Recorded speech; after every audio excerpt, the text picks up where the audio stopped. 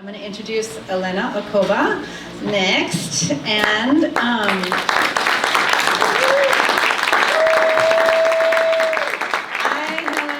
have actually worked with Elena before in digital storytelling, and I'm really excited for you to hear her story that has all kinds of cool stuff in it, like letting go and getting surprised, and yay, welcome.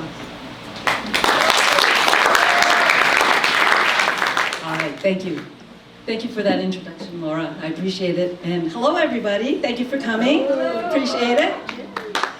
So, when I was thinking about manifestation for tonight, I realized that I actually practiced manifesting when I was a kid, starting at about 6 years old, when I knew I was going to have a horse.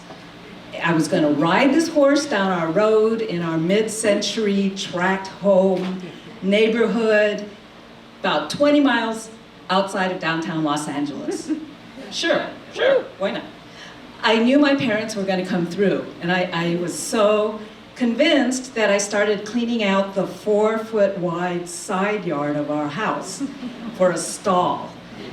So I'm pulling up weeds and grasses, tossing out pebbles and rocks, got a rake to kind of level out the dirt. Alas, the horse never came. My parents got a really nice side yard, well cleaned for a few months. I was actually obsessed with the future when I was a kid and teenager. I always wanted to be a cool kid. And so every day I would practice what would I say, how I would act. Alas, I was always that awkward, shy child who often became embarrassed because my great plans never worked out, alas. The last thing I ever manifested was I wanted to finish high school and then go to college, because I would be the first person in my immediate family to do that. So I worked my butt off to get really good grades so that I can qualify to go to college. When I got to college, which I was pretty excited about, I found out that I was a pretty average student, maybe even less than average. And I could not imagine getting more stressed and working even harder to be an outstanding student. So I changed my perspective. I was no longer going to work toward a long-term goal. And I was just going to concentrate on the day-to-day learning of the skills I needed to become a news reporter. That was a great weight off my shoulders. I just started enjoying the academic part of it and not worrying about what the future was going to hold. This became part of the rest of my life. So instead of constantly planning and worrying about how things would go, I just showed up to parties, to dates, to work. And I found out that without planning, I could still have fun. And I also found out that I could occasionally be charming at these events. So that was a real big plus. So when I graduated from college, I had a very satisfying 11-year career in the news business, including 1 year when we moved to Tucson. Then I moved to corporate communications and became the publications director for Visit Tucson. That's the organization that brings in visitors and conventions to town. I was talking with a fellow worker, and she was enthusiastically telling me about the career development classes that she was taking. She had a 1-year plan and a 5-year plan, and she was visualizing what the height of her career would be. I guess that was early description of manifestation.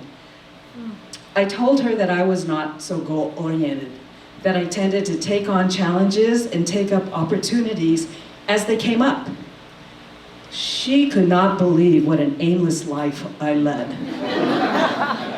And after playing that conversation in my mind, I could not believe how much it sounded like an aimless life that I led. I was having an existential crisis. Was I supposed to have goals? Am I missing out on something? This was before, believe it or not, you could Google anything. So I thought I'd try to find answers at Walden Books in the Tucson Mall. And as usual, when I got there, I kind of wandered aimlessly through the bookstore because I wasn't sure what I was looking for. The business section and the self-help section were no help. I didn't know the people in the biography section to know whether they would be inspirational. I walked past the religion section because that's not my thing. And so I ended up in front of the philosophy section, and I thought, well, this might have something for me, but there are dozens of books on philosophy and, deep thought through time and geography. And I couldn't figure out what to do. So, as usual, I went with my gut and I said, I will pick a skinny book. I figured with a skinny book, I can leaf through it real quick, figure out if that's something helpful. So I took a book, the smallest book I can find from the second to the top shelf. It's small enough that I can actually put it in the back pocket of my jeans.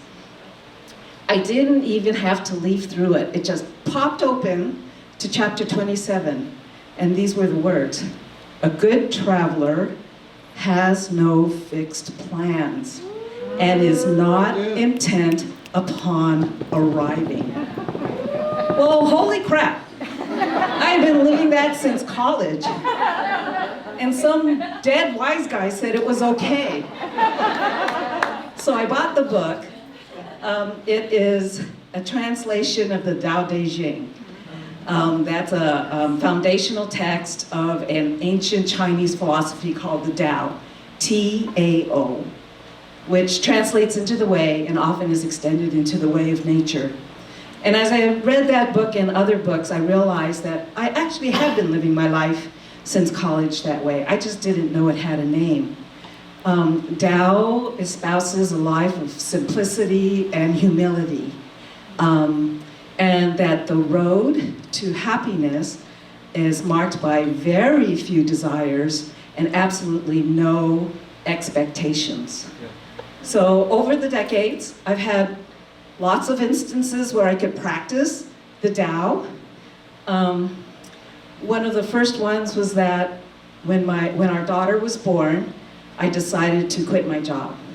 So during the time off, an unexpected opportunity came up, and that made me start my freelance writing and editing business. So I followed that great sage, Yogi Berra. When I came to the fork in the road, I took it.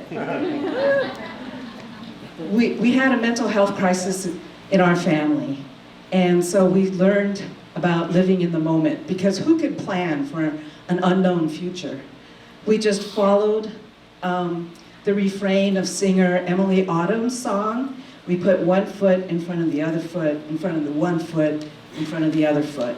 And by living in the now, we were able to get through that really tough time. The Great Recession of 08-09 and also COVID jeopardized my business. Clients stopped calling, opportunities dried up, contracts got canceled. At that point, I guess I could have panicked and tried to find something that I didn't want to do, like actually look for a real job during a time when there were no real jobs. But instead, I embraced the common concept in Tao of the flowing water. When water flows in a river, to get from point A to point B, it takes the path of little resistance.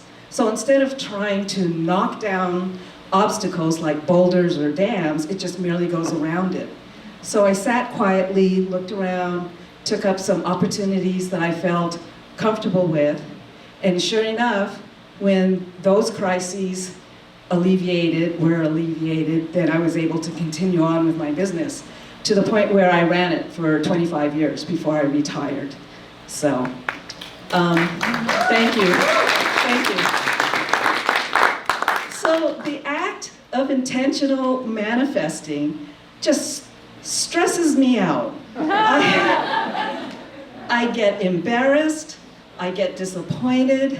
So instead, I joyously embrace a life where each day I am greeted with a great big Surprise! Thank you very much.